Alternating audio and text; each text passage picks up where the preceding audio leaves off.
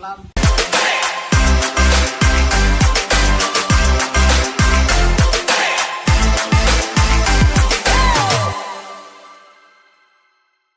Perkenalkan, nama saya Muhammad Fikran dengan nomor mahasiswa 2351201109 dari. Perkenalkan, nama saya Nurul Ain dengan NIM 2351201100. Perkenalkan, nama saya Mutia Naifa dengan NIM 2351299. Perkenalkan, nama saya Dilfa Fatika dengan NIM 2351201009. Perkenalkan, nama saya Muhammad Ivan Zulfikar dengan NIM 2351201101. Mutia Nisa dengan NIM 2351201092.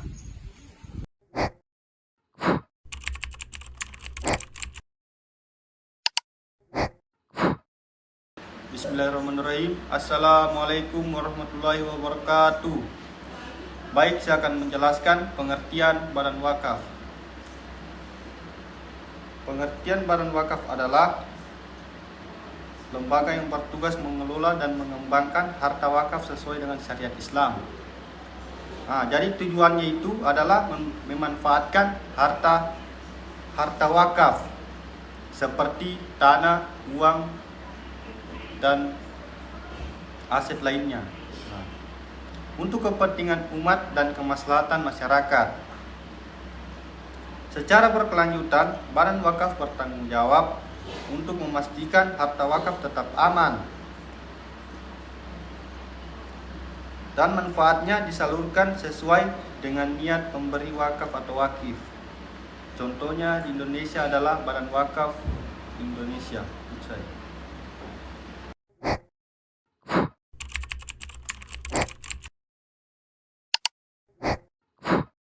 Perkenalkan, nama saya Mutia Naifa dengan NIM 2351299.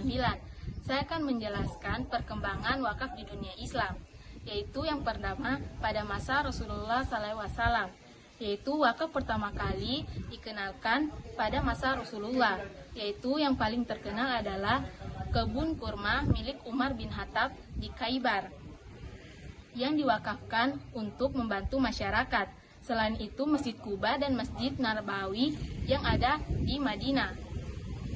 Yaitu yang kedua pada masa Khulafaur Rasyidin dan dinasti Islami. Pada masa ini, wakaf berkembang menjadi salah satu instrumen sosial dan untuk kesejahteraan umat. Wakaf digunakan untuk membangun masjid, sekolah, rumah sakit, dan fasilitas publik lainnya. Dinasti Abbasiyah misalnya menggunakan wakaf untuk membiayai lembaga-lembaga pendidikan seperti Baitul Hikmah di Baghdad. Yang ketiga yaitu penyebaran ke dunia Islam. Dengan meluasnya wakaf di dunia Islam di berbagai negara termasuk di wilayah Asia Tenggara, wakaf menjadi salah satu bagian penting untuk membantu membangun lembaga-lembaga pendidikan lainnya seperti pesantren di Indonesia.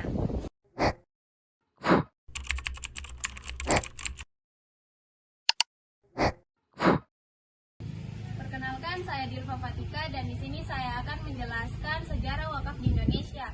Nah, jadi wakaf di Indonesia itu sudah ada sejak Islam masuk dan biasanya itu berupa tanah, masjid, dan madrasah yang dikelola oleh masyarakat. Nah, terus itu pada zaman Belanda masuk ke Indonesia, wakaf mulai diatur melalui pendaftaran tanah. Setelah Indonesia merdeka, pemerintah membuat aturan resmi seperti Peraturan Pemerintah tahun 1977 dan Undang-Undang tahun 2004. Terus untuk mengelola wakaf, pada 2007 dibentuklah Badan Wakaf Indonesia agar wakaf dikelola lebih modern dan bermanfaat bagi ekonomi masyarakat.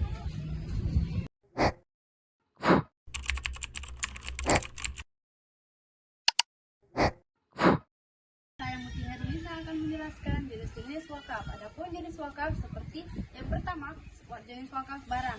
Nah, jenis wakaf barang ini adalah seperti buku, pakaian, dan lain-lainnya yang bisa digunakan oleh masyarakat sekitar dan amanah paki yang bisa kita sumbangkan. Nah, kedua, wakaf berupa uang.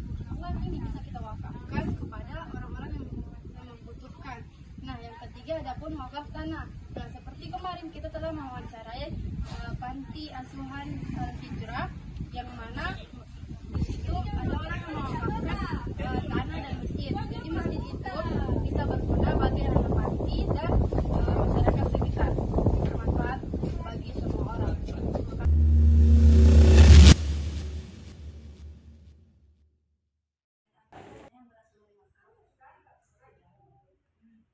Apa kalau misalnya wakaf, yang diwakaf itu masjid, tanahnya. Kalau panti tidak, panti bangunan sendiri milik pribadi. Jadi bukan kan biasa kalau panti kan ada milik yayasan kan, organisasi masyarakat, tapi kalau panti Al-Hijrah ini punya pribadi. Oh, berarti wakafnya cuma Wakaf masjid itu saja. tanahnya masjid diwakafkan untuk pembangunan masjid. Iya. Kemudian bagaimana proses penerimaan wakaf ke panti ini?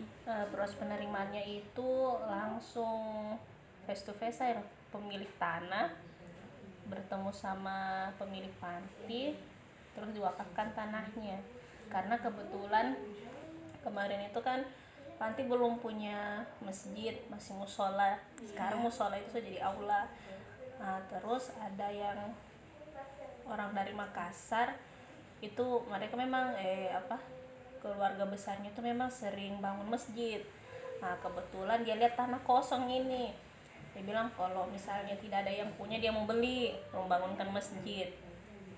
Yang punya tanah dengar, karena ini masjidnya ini mau dianukan ke panti, jadi dia bilang saya wakafkan saja tanah saya untuk pembangunan masjid. Dia diwakafkan tanahnya untuk panti, terus yang bangun itu yang tadi yang dari Makassar itu. Oh iya. Nah, kemudian kalau dari pengurus panti sendiri, apakah ada tantangan ketika menerima itu wakaf itu sendiri? Alhamdulillah tidak ada. Jadi aman aja, Iya. lancar. Oke. Kemudian bagaimana wakaf ini membantu untuk memenuhi kebutuhan anak-anak? Maksudnya apakah membantu panti ini sendiri merasa terbantu atau bagaimana? Iya, merasa terbantu karena yang tadinya kita belum punya masjid, alhamdulillah sekarang karena sudah ada tanah diwakafkan bisa dibangunkan masjid, karena yang tadinya kan musola saja.